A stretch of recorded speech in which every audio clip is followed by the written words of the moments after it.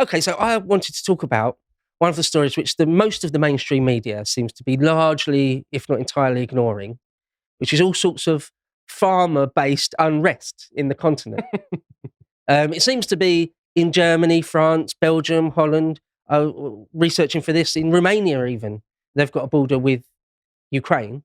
So it seems that the farmer demographic has sort of started to come to the very end of their tether in all sorts of ways. And one of the things that blew up shouldn't use that word exactly. One of the things that almost literally blew up was in Brussels, in Belgium, then at the EU headquarters. And this is just one of lots of ongoing stories where the farmers from Belgium went outside one of the EU buildings, because there's actually many buildings that are like the EU in and around Brussels.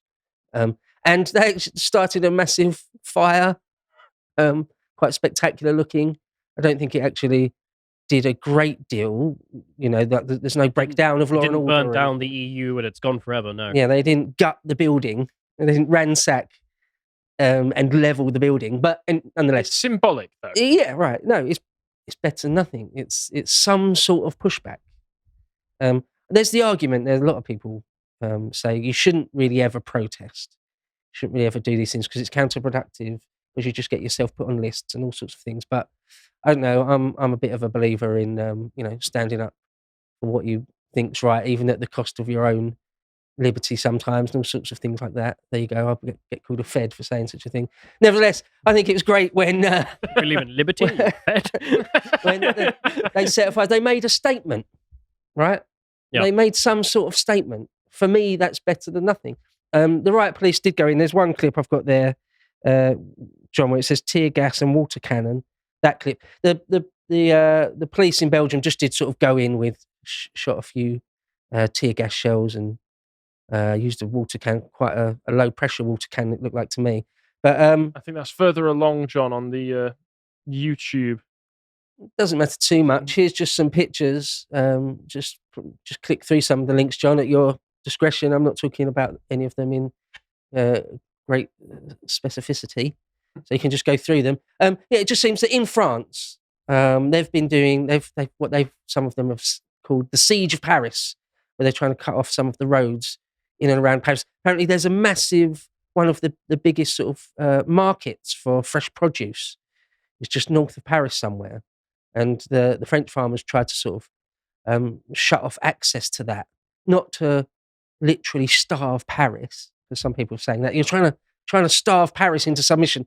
That's not on the cards. That's not exactly what they're trying to do. But symbolically, again, it's a symbolic statement that's being made. Reminder of who makes your food. Yeah. And why would you mess with us? Like, at the end of that, you starve and we leave. Yeah. Well, look, I think that's the fire in Brussels, I believe. What a beautiful language.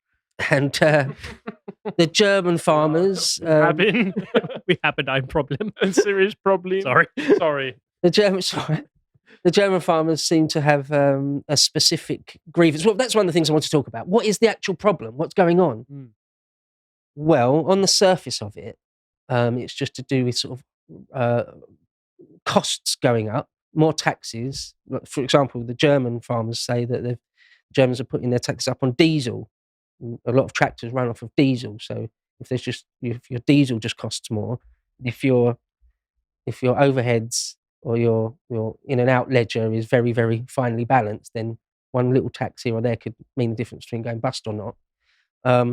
But actually, the story is a bit deeper than that, I think. It's not just simply that in the last year or two or three, there's suddenly been some sort of political or economic war on farmers, and they've decided to get out of their pram and go on protests sort of suddenly. I think the story is a lot longer and deeper than that.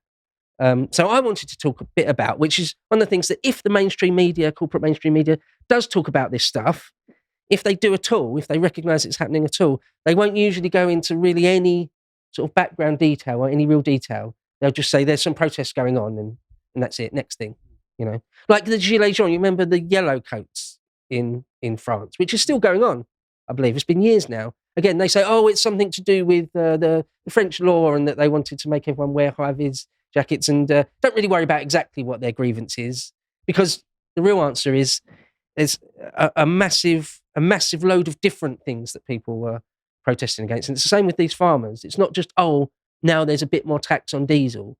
No, there'll be a whole number of things. Well, it seems to me, and John, I don't know, I've put it in Studio One if you could get this up. It takes different forms in every place. We know in England, for instance, there's been lots of articles for websites and newspapers talking about how the countryside is too white, farming is too white. And then you see in 2022, there was this program where you could apply for a lump sum payment to leave or retire from farming.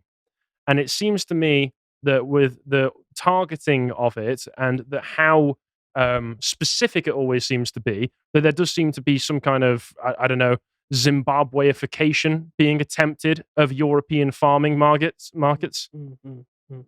Well, so yeah, one of the broadest things that the farmers are up in arms about is just this general trend away from farming in Europe and their demonization and them being crushed economically in all sorts of ways. That's sort of in the broadest general sense. Now, but that's been happening for decades, though. It just seems that it's come to a crunch point where, well, there's one clip there, John, if you could play it, which says WEF, the war on farming. It's the last link, I believe. Yeah, if you could just play that from about 39 seconds, 40 seconds in, just what this woman's saying. Absolutely. So, I mean, ecocide as a word is becoming better known around the world, and the concept is generally mass damage and destruction of nature. She's talking about farming. But legally speaking, what our organisation and other collaborators aim to do is to have this recognised legally as a serious crime. Because one of the issues that sort of pervades all of this discussion is that we have a kind of cultural, very ingrained habit of not taking damage to nature as seriously as we take damage to people and property. And that, I mean, you know, if you're campaigning for human rights, at least you know mass murder, torture, all of these things are serious crimes.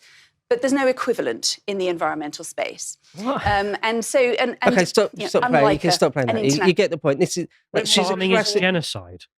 Yeah, we're more important than the plants and animals. Sorry, I don't take this anti-humanistic view of just like, oh, humans are terrible. We need to kill all humans to make sure that, I don't know, blue tits can have a nicer environment to live in. Piss off. Don't be so foul, Harry. I know. I thought we were talking about nature. No, a classic sort of upper middle class champagne socialist midwit psycho. The accent. Psycho. I mean, she seems awful.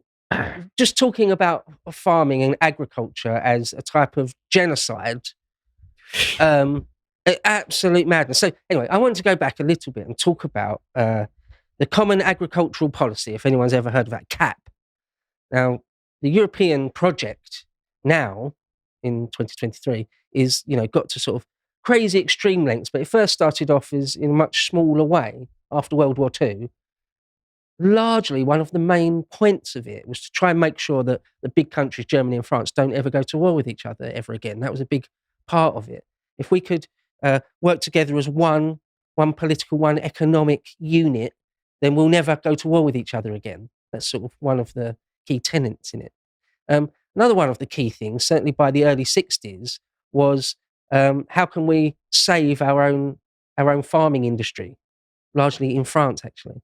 How can we make sure that our farmers don't just completely go out of business in the next few years? Because even then, even in the 1960s, it's much, much easier just to buy your corn off of Ukraine or somewhere, or off of Argentina, buy your beef off of Argentina. Yeah, or get most of your food from America. It's just much cheaper to buy it from them than have a massive agricultural farming sector. But it was really was one of the flagship policies of the EEC, of the earlier forms of the European Union, was to get the state involved in making sure French farmers don't go out of business. Now, some people will say, might scoff a bit at me saying that's too low resolution. There's much more to it than that, which there is, I admit. But very, very broadly speaking, one of the main things Europe has always done is to make sure that French farmers and European farmers, but largely French ones, don't go out of business, to the point where they will get involved in the markets, they'll subsidise all sorts of things. And, in the early 60s, 80% of the budget for Europe went on the Common Agricultural Policy. 80%. And Billions and billions of euros. Just to say, despite the weaknesses that we see now, as a lot of those subsidies are becoming like worse for people, I'd imagine, I would say in a globalized market, when there is the worry that, most people are just going to buy from overseas, it makes sense to make sure that you still have a domestic mode of food production, because as we all need food. Yeah, in a globalized market, it turns out that conflicts still do happen between states. And when they do, if one of those states happens to be where you're getting all of your food from, it makes a lot of sense to be able to have a backup plan, that being domestic food markets. That's the safest way to ensure that if war breaks out halfway across the world, that you're not all going to starve by proxy. Because it did happen with us with gas. Because I remember Theresa May turned off the last of the gas storage we had in this country. And when asked why she did it, she said, well, we live in a globalized economy now in which you just buy gas when you need it. That worked out well, didn't it, Theresa? Thanks. Obviously failed.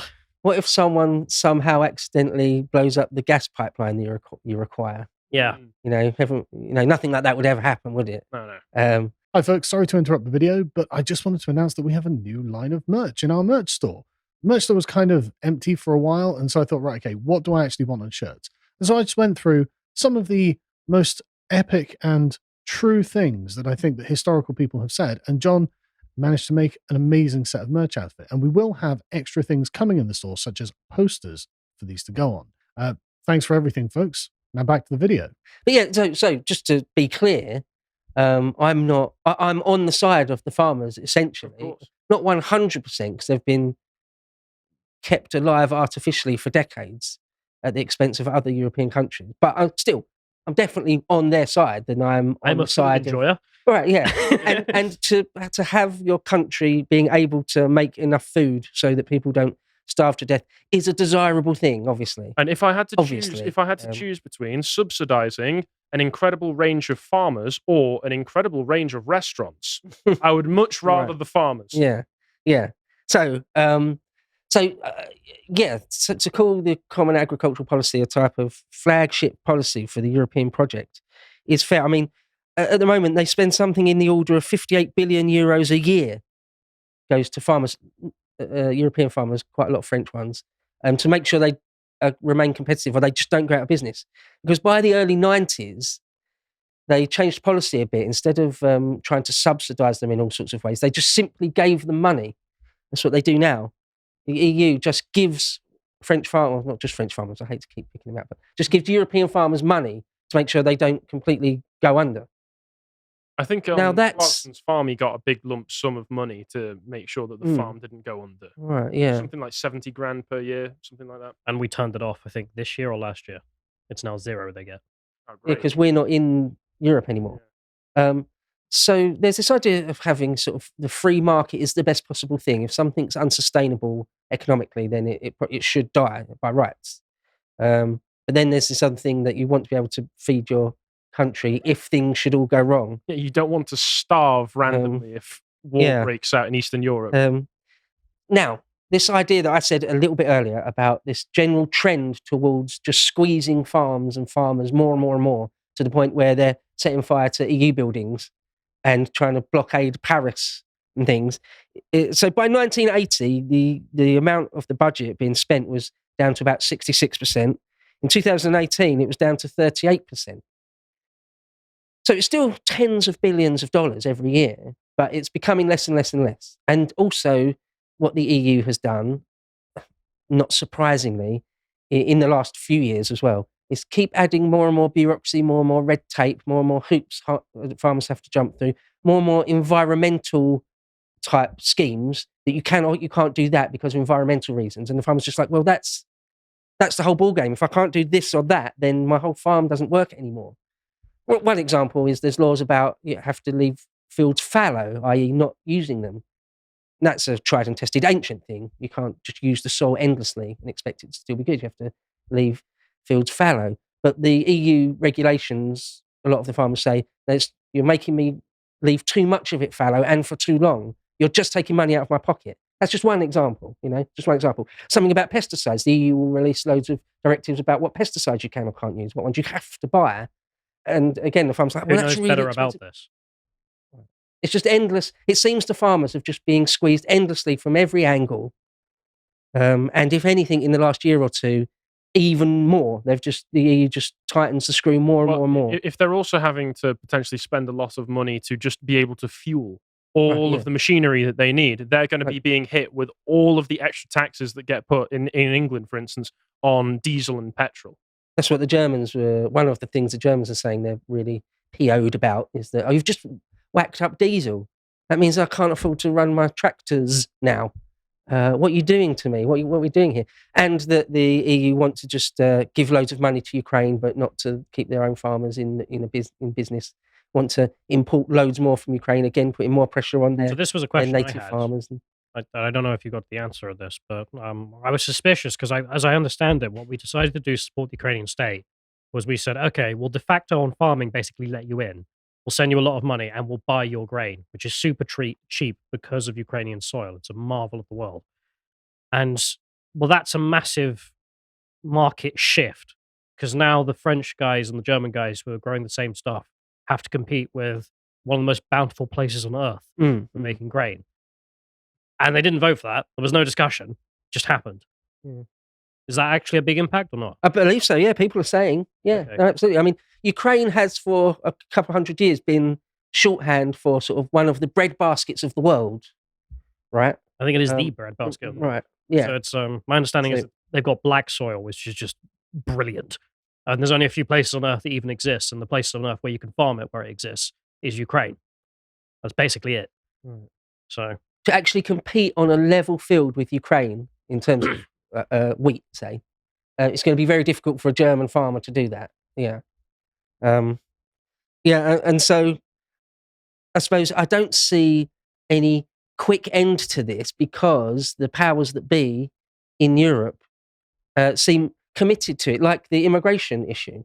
Like, yeah, you're destroying something beautiful and ancient, and it seems very, very deliberate, and they've got no intention of slowing down, let alone stopping or reversing it. I mean, there's just a picture here.